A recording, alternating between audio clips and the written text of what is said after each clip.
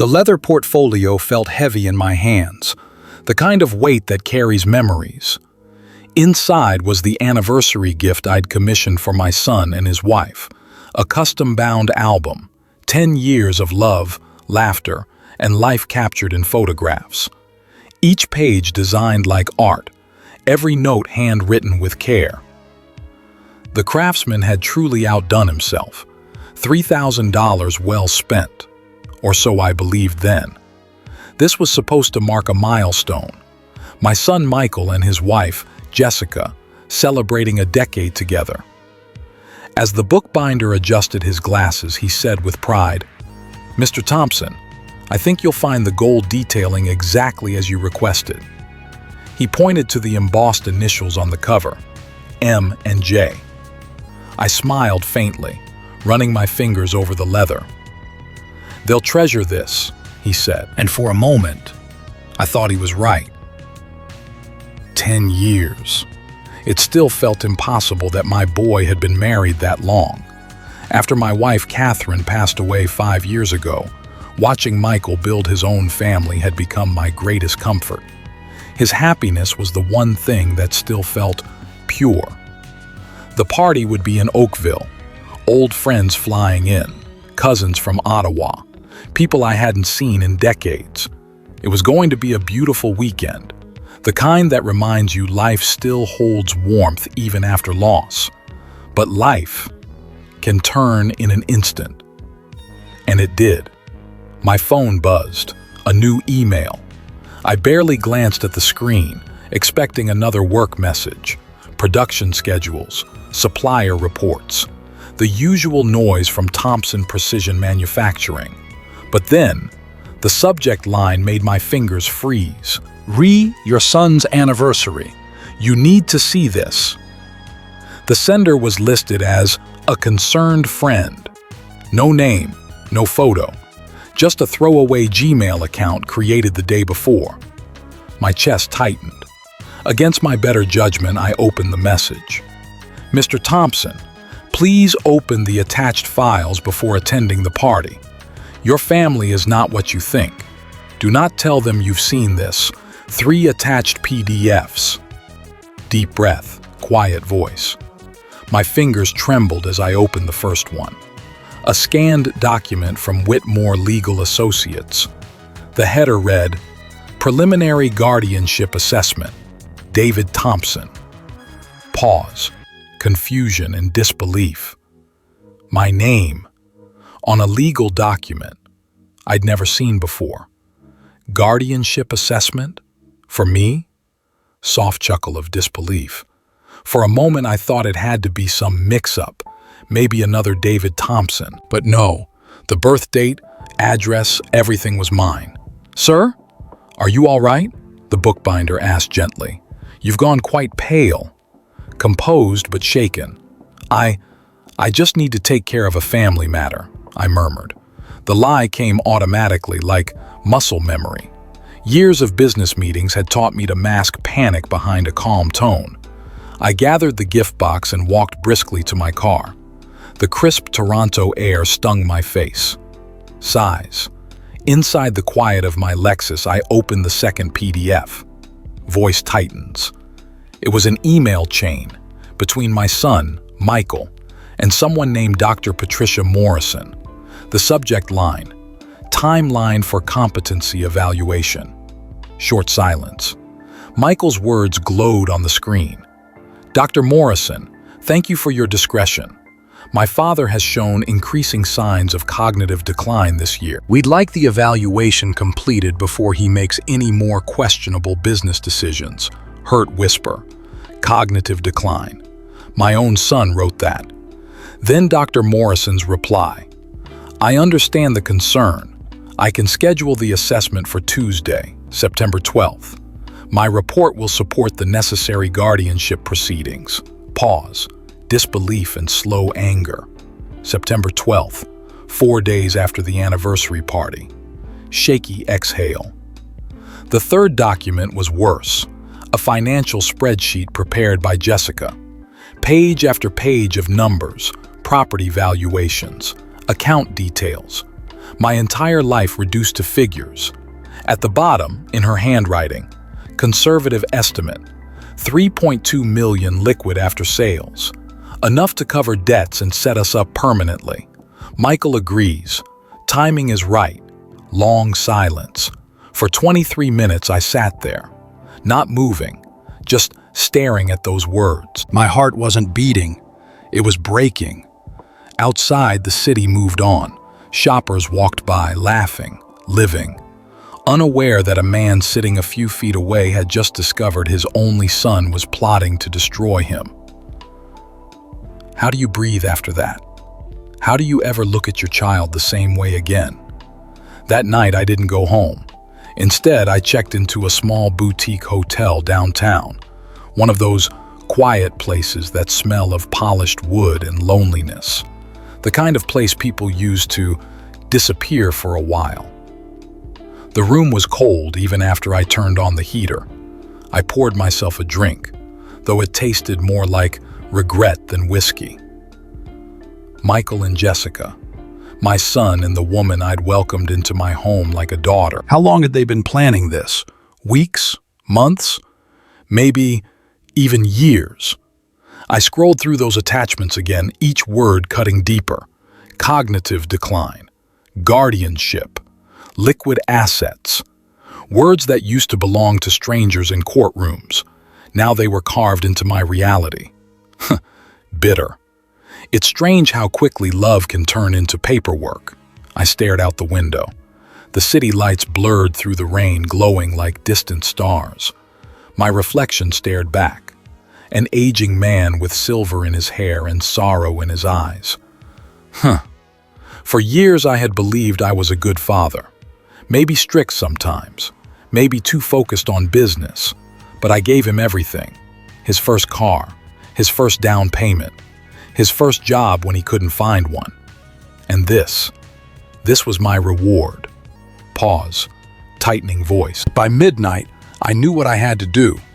I opened my laptop. My hands shook slightly as I began searching.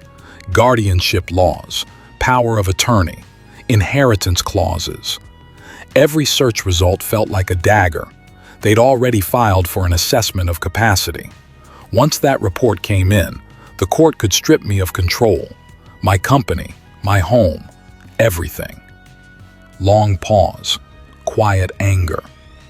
If that was their plan, I needed a plan of my own. Rehook tone. Because sometimes the only way to survive betrayal is to become colder than the people who betrayed you. The next morning, I called an old friend, Andrew Whitman, a lawyer I'd worked with years ago, discreet, ruthless when he needed to be. "Andrew," I said, my voice low, "I need a quiet consultation. No paper trail." He hesitated. "David, are you in trouble?" Small, sad laugh. I suppose that depends on what you call trouble. 2 hours later, I met him at a cafe near the harbor. He looked older, gray around the edges, but sharp-eyed as ever. He listened carefully as I explained everything: the email, the documents, the plan. When I finished, he leaned back, silent for a long moment. "If this is real," he said finally, "they're attempting a legal incapacitation. That means they want you declared unfit. Once that's done, you lose control of your estate." "I know," I whispered. He studied me. "Do you want to fight this in court?" "No. Courts leave trails. I want to stop them before it reaches that stage." He nodded slowly. "Then you'll need leverage. Evidence of deceit. Something that proves intent." "Like?" Andrew's voice, calm and practical. "Like recordings, messages, Financial manipulation. Anything that shows they knew what they were doing. If you find that, I can bury them legally before they bury you." That night, I checked out of the hotel, drove to my office downtown. My pass still worked.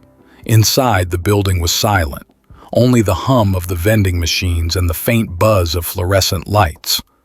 I sat at my desk, staring at a picture of Michael as a boy, maybe 10 years old, holding a baseball bat bigger than him.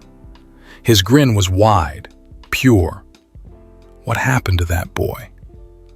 I opened a secure drive and began pulling data, email backups, internal records, financial transfers. Jessica had access to my company's accounts for years as a financial advisor. By 3 a.m., I'd found what I needed: multiple transfers to a secondary account under Jessica's maiden name, small amounts hidden as vendor payments. It wasn't just betrayal, it was theft. I saved every document onto an encrypted flash drive, slid it into my pocket. Then I looked up at the city skyline again, Toronto glowing like it didn't care. By dawn, I had a plan. I wasn't going to confront them at home, screaming, demanding answers. That would give them power. No, I would smile. I would attend that anniversary party, and I would let them reveal themselves. Because sometimes, revenge begins with silence, and silence, when it finally speaks, can destroy everything. Saturday arrived too soon, the day of celebration, the day of pretending.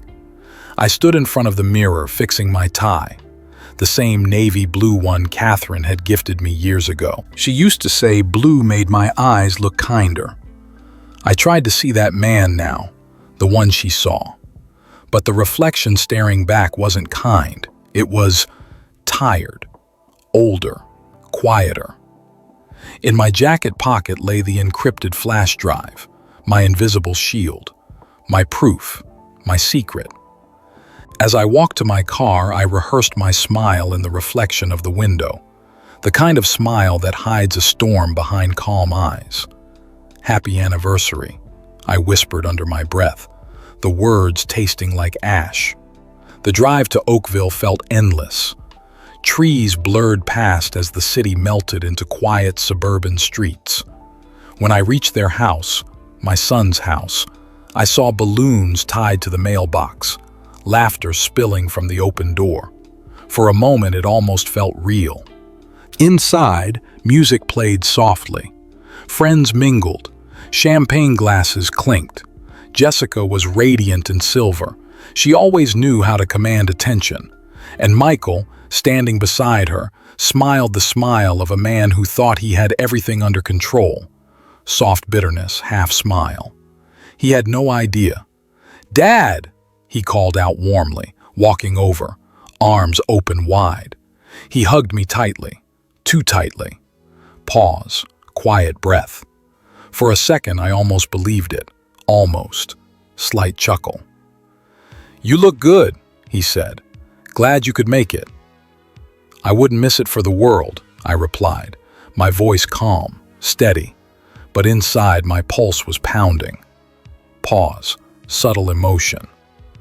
As we moved through the room, guests greeted me. Old family friends, colleagues, people who knew nothing of the storm underneath the smiles. "Mr. Thompson," one of Michael's friends called. "Still running the empire, huh?" I forced a chuckle. "Trying to," I said, though my board might disagree. Jessica approached, glass in hand, that same polished smile she'd always worn when she wanted something. "David, you shouldn't be worrying about work tonight. Relax. It's a party." Pause. Gentle but icy undertone.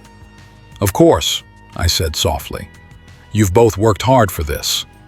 Her smile flickered, just for a second. Enough for me to see the calculation behind it. Slight pause, softer. Later that evening, as dinner was served, I slipped quietly into Michael's office. Guests were distracted. Music was loud enough to mask the sound of the door clicking shut. Soft breath, suspense. I plugged in the flash drive, transferred copies of the incriminating files onto his own laptop. Evidence of what they'd done. If the time came, they'd never be able to deny it. And then, something unexpected. A folder I hadn't seen before. Private documents. Quiet pause. Curiosity. I hesitated, but temptation won. Inside, I found letters, scanned letters, addressed to Jessica, from another man. The first one began, "Jess, I know you're scared, but once he's declared incompetent, we'll finally have the freedom we wanted. You deserve better than a family built on someone else's money." Short silence, disbelief. So this wasn't just greed, it was an affair. Shh. My hands shook as I scrolled through message after message. Plans, rendezvous, promises. My son wasn't just being manipulated, he was being used. A part of me felt pity for him. Another part felt rage that he couldn't see it. Shh. I closed the laptop, pocketed my drive, and stepped out just as the room erupted in applause. Jessica was cutting the cake, her smile flawless, her laughter sharp.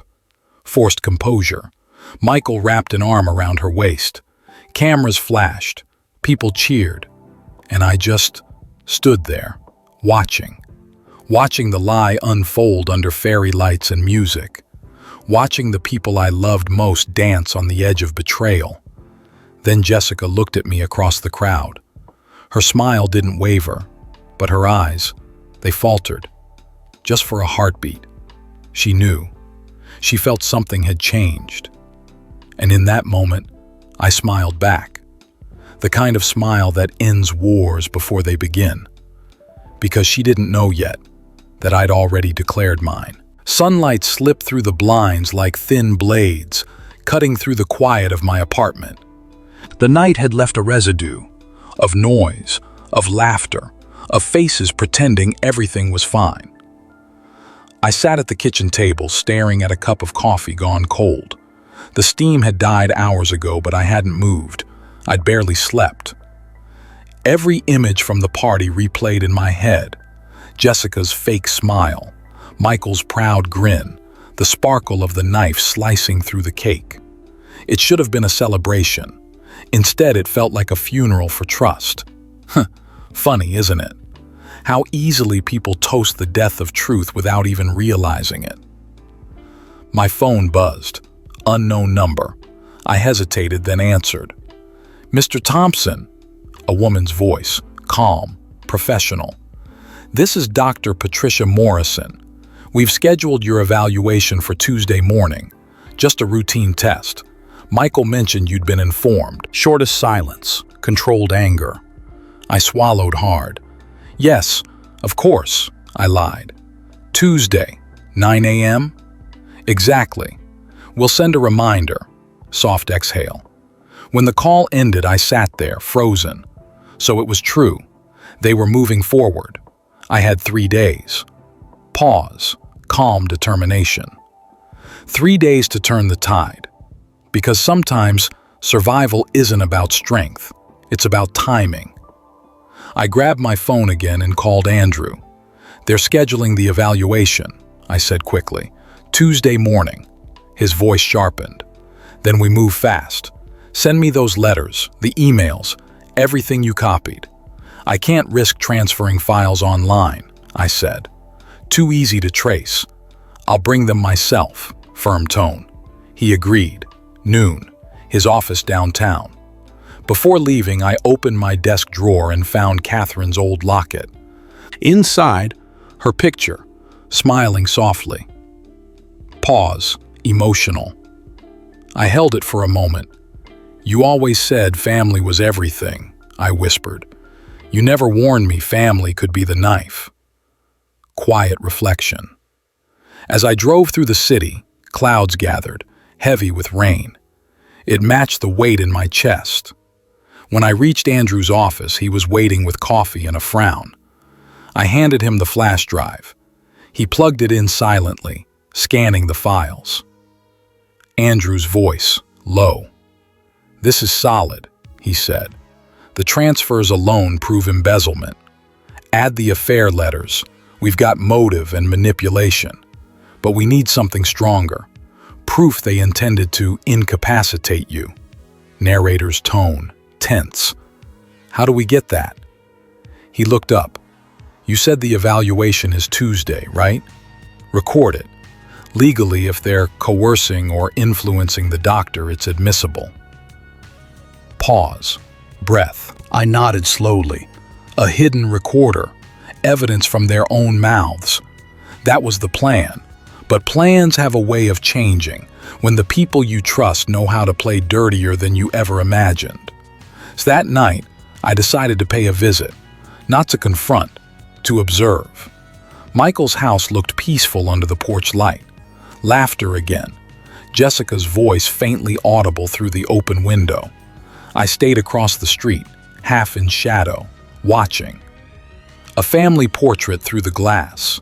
My son, my daughter-in-law, their little boy, my grandson. My pulse slowed. For a moment, guilt cut through the anger. None of this was his fault. That innocent child had no idea of the war brewing behind his bedtime stories. I turned to leave, but then I saw it. Jessica stepped onto the porch, phone pressed to her ear, her voice sharp, impatient. "No, he doesn't suspect a thing," she said quietly. "After Tuesday, it's over. He'll sign whatever we put in front of him."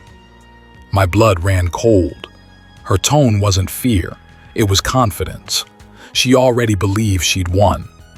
I clenched my fists, forcing myself not to react, not to shout. I just watched as she hung up and went back inside, the door closing like the final nail in a coffin. I turned away and walked back to my car. Each step felt heavier than the last. They had no idea that their game had already been recorded, and come Tuesday morning, their own words would bury them. Tuesday came with rain, not the gentle kind, the kind that beats against your windows like the world's trying to warn you. I woke before dawn, didn't shave, didn't eat.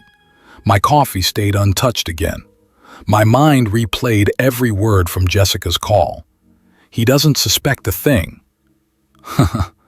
If only she knew. I reached into my jacket and checked the small recording device Andrew had given me. "Press once to start," he'd said. "They'll never notice." I slipped it into my shirt pocket. The weight of it felt heavier than steel. By 8:45, I was in the lobby of Dr. Morrison's office. The walls were white, too clean, too calm, the kind of calm that makes you uneasy. The receptionist smiled politely. "Mr. Thompson? The doctor will see you shortly." Small nod. Michael and Jessica were already there, sitting together. She was scrolling through her phone. He was pretending not to be nervous. When he looked up and saw me, his smile was forced, mechanical. "Morning, Dad." "Morning, son," I said, keeping my voice even. "You look tired." "So do you," he replied, not realizing the truth in his words. Minutes passed like hours. Then the doctor appeared, tall, composed, her tone as professional as her posture. "Mr. Thompson," she greeted me, "this won't take long. We just want to make sure you're doing well mentally. Standard procedure." "Of course," I said. "I wouldn't want anyone to think otherwise." We entered her office. I sat across from her while Michael and Jessica stood behind. The air felt thick. Dr. Morrison opened a file. "We'll start with some simple questions." "Please tell me your full name and date of birth," calmly, I answered. She continued, questions about memory, decision-making, finances. I responded with clarity, each answer measured, steady, deliberate. But then, her tone shifted. "Mr. Thompson, have you ever experienced confusion when handling large sums of money?" Short silence. "No," I said calmly. "In fact, I still manage my company's finances personally." Jessica's voice, soft but sharp. "Dad, remember last month when you double paid one of the vendors? You called me about it." Interrupting, calm, controlled. "That payment was intentional," I said quietly. "The supplier had over-delivered. It was an act of integrity, not confusion." Slight pause. Doctor writing notes. Jessica smiled faintly, but it didn't reach her eyes. Soft narration tone. I could hear the recorder in my pocket capturing every breath, every shift in tone, Evidence. Truth. Dr. Morrison continued, "Your son mentioned concerns about memory lapses. Do you feel you've been forgetting important things lately?" Long pause, then gentle laugh. "Only the things not worth remembering," I said, "though I never forget betrayal." Silence in the room. Jessica's smile disappeared. Michael shifted uncomfortably. The doctor blinked. "Excuse me?" "Just a thought," I said. "Please, continue." She wrapped up the test 20 minutes later. My answers flawless. My composure steady. Even she began to sense the tension in the air. "Thank you, Mr. Thompson," she said finally. "I'll review the results and contact you soon." I stood, buttoning my coat. "Before you do," I said gently, "I think there's something you should hear." I reached into my pocket and pressed the recorder twice, stopping it. Soft confusion. "Doctor." "Mr. Thompson?" Steady voice. "You'll find that recording rather educational," I said, "especially the part where my daughter-in-law discusses the outcome before you even met me." Jessica, sudden panic tone. "Dad, what are you talking about?" Soft anger. "Oh, come now, Jessica.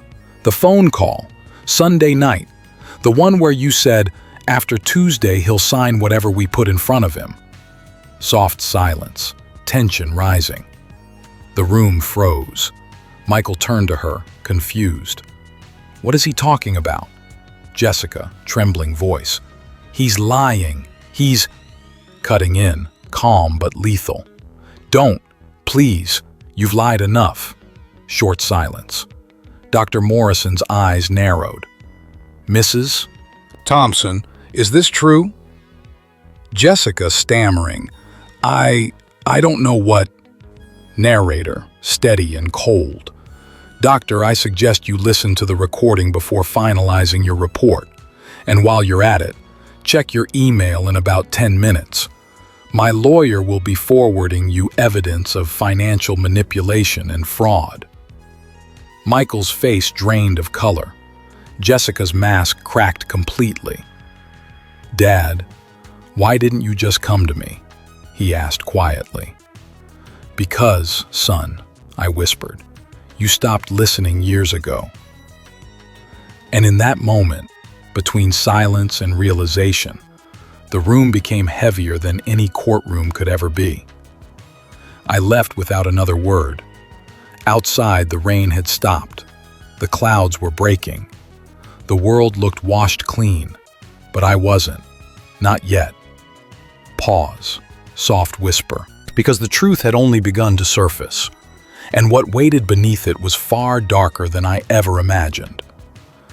Sometimes, exposing a lie doesn't set you free. It just shows you how deep the poison goes.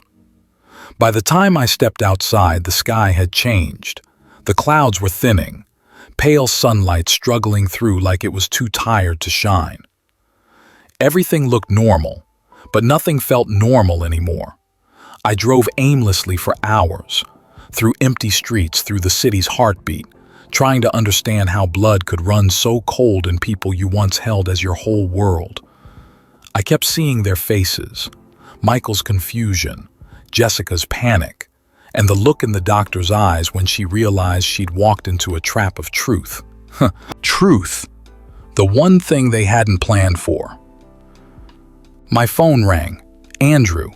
His voice was calm but charged. "David, it's done." The doctor called. "She's suspended the report pending investigation. We'll file a notice of fraud and potential coercion within 48 hours. Finally, something in my favor. But his tone shifted. "David," he said quietly, "this isn't over." Jessica's gone to ground. She moved funds this morning, large withdrawals from Michael's joint accounts. Of course she did. The moment she felt the walls closing in, she ran for the exits. "Let her," I said. "Every move she makes now leaves a trail." Andrew hesitated. "And Michael?" That question hurt more than any betrayal. "He's still my son," I said finally. But right now, I don't know who he is anymore.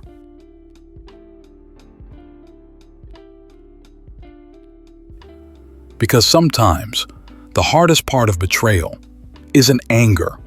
It's mourning the version of someone who no longer exists. Scene shift, soft melancholy. That evening, I sat on my balcony. The city below buzzed with life, unaware that one man's world had just cracked open. I poured a drink, just one, and stared at the skyline. For the first time in days, I didn't feel anger, just emptiness. Then my phone vibrated. A message. Unknown number. I opened it. It was a photo. Jessica, in an airport lounge. Sunglasses on, suitcase beside her, and a text underneath. You think you've won, old man, but you have no idea what he's capable of. He? My stomach dropped. She wasn't talking about herself. She was warning me. I called Andrew immediately. Check Michael's accounts again.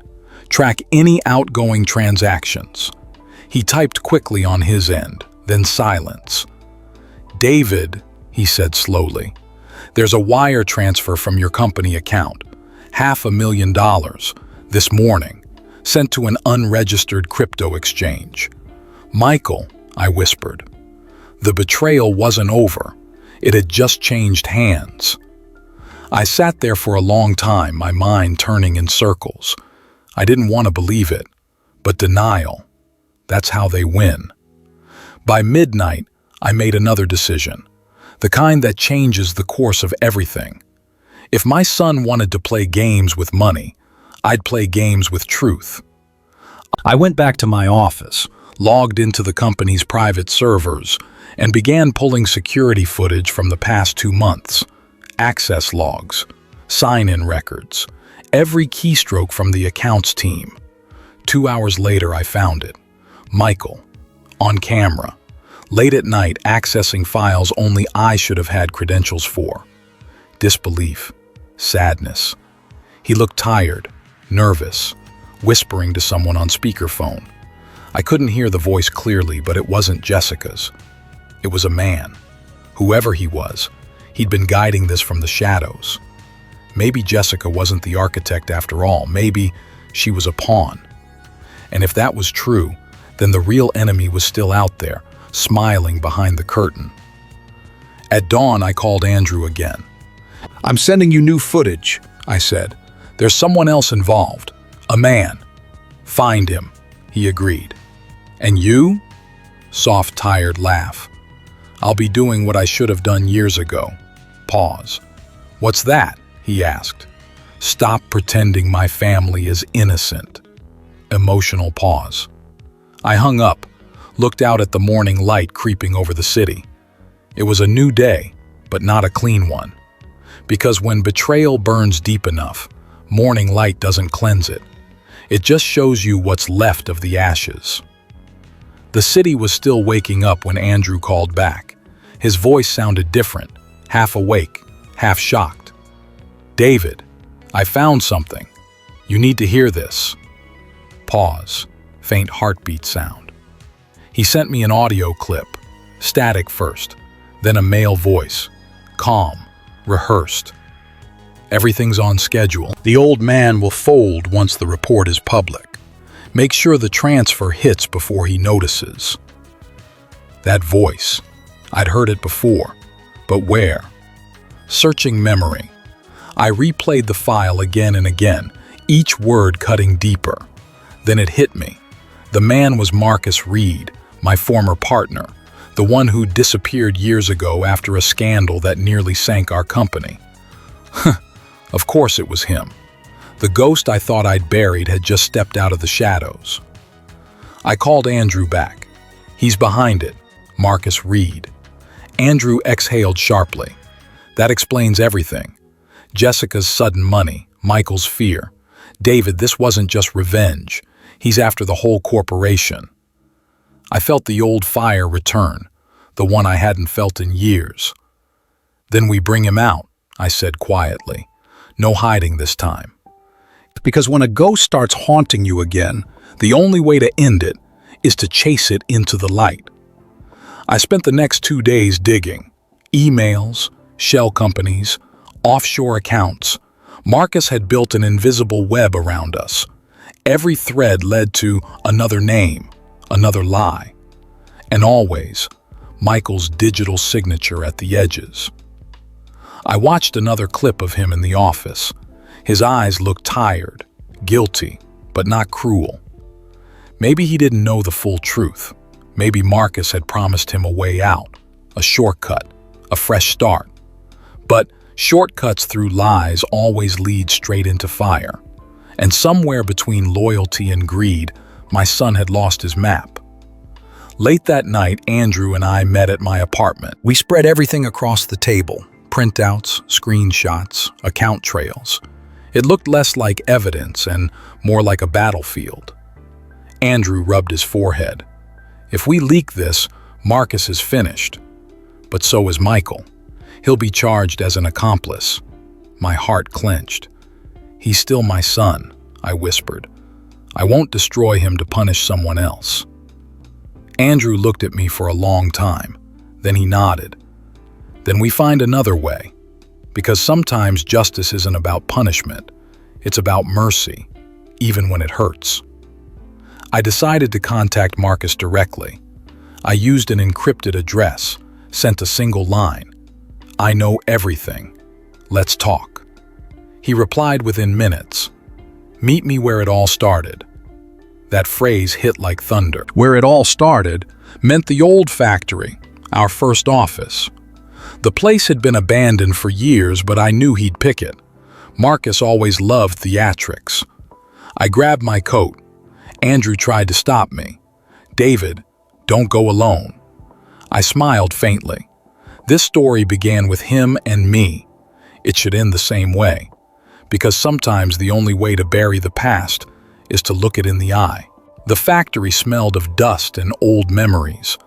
My footsteps echoed through the hall as I saw a figure standing near the broken window. Marcus turned, smiling like time had never touched him. David, he said softly, you look older, but still too stubborn to stay quiet. I stared at him. Why my family, Marcus? He laughed, low and bitter. Because you took mine first. Remember the board vote? You ruined me. I lost everything. Quiet anger. You lost it because you lied. I shot back. Pause. He stepped closer. And now you'll feel what I felt. Betrayed by the people you love. Soft emotional break. For a moment the room fell silent, only rain tapping the broken glass. Then he slid a phone across the table. A video played. Michael sitting in Marcus's office, head down, voice trembling. I just want my father to forgive me, but I can't undo it now. Quiet sob in voice. My chest tightened. Soft rehook. Because forgiveness is the last word you expect to hear in a war built on revenge. Pause. Marcus sighed. He came to me, David, wanted to make things right, but by then it was too late. The transfers were done. The trap was already set. Long silence. I felt tears press behind my eyes, not of weakness, but of years wasted on silence. I didn't ruin you, Marcus. You ruined yourself, and now you're trying to drag everyone else into the grave. He didn't reply, just turned toward the window, staring at the gray light creeping through the rain. And for the first time, I saw not an enemy, but a man who'd been broken too early and never healed. That's when I knew what had to happen next. The rain had quieted to a whisper against the shattered windows of the old factory. Marcus stood by the frame, shoulders slumped, eyes reflecting the gray morning light. David, you were always the clever one. I knew you'd find me. I didn't come here to find you, Marcus. I came for answers. He turned slowly, a faint smile ghosting across his face. Then you already know the truth. Your son came to me first. What are you talking about? Marcus stepped closer, rain dripping from his coat. He said you never trusted him, that every move he made you pulled the strings. He just wanted a chance to stand on his own. I didn't trick him, David. He walked right to me. My chest tightened. The air felt heavier. You turned that need into a weapon. No. I gave him a door. He chose to walk through it. The factory smelled of metal and memory. Every sound echoed. One drip, one breath, one ghost of the past. Marcus reached into his coat, pulled out a worn folder and placed it on the table. Everything's here, proof of what I did. The accounts, the transfers, my signature. I'll testify. It's time to end this. Soft, broken voice. You could have stopped this before it destroyed everything. He looked at me, eyes wet, but not from the rain. So could you. For a long moment, neither of us spoke. Outside, thunder rumbled like the sky remembering our sins. He slid an envelope across the table. Your son's waiting for you. He still thinks you hate him. I stared at the envelope. My hands didn't move. Where is he? Marcus nodded toward the door. You'll know when you open it.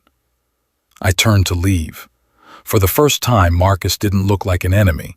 He just looked tired. Maybe hate always burns the one who carries it longest.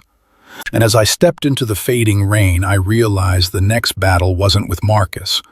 It was with my own son. The cabin sat at the edge of the woods, lights dim, chimney silent.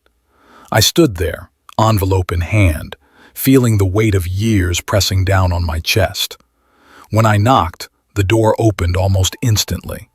Michael stood there, pale, hollow-eyed, the boy I raised buried beneath exhaustion and guilt. Dad, steady but gentle. Son. We sat at a small wooden table. The air smelled of rain and regret. Neither of us spoke for a long time. Finally, Michael's voice broke the silence.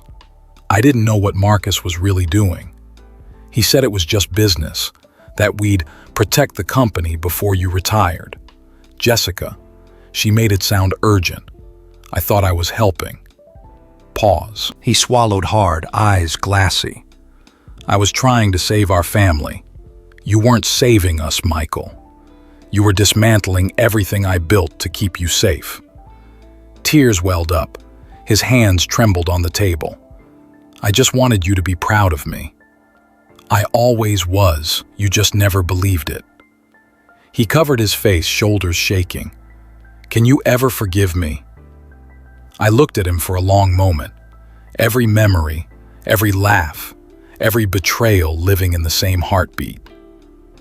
I don't know, but I can try. The wind pushed gently against the cabin walls like the world was exhaling for us.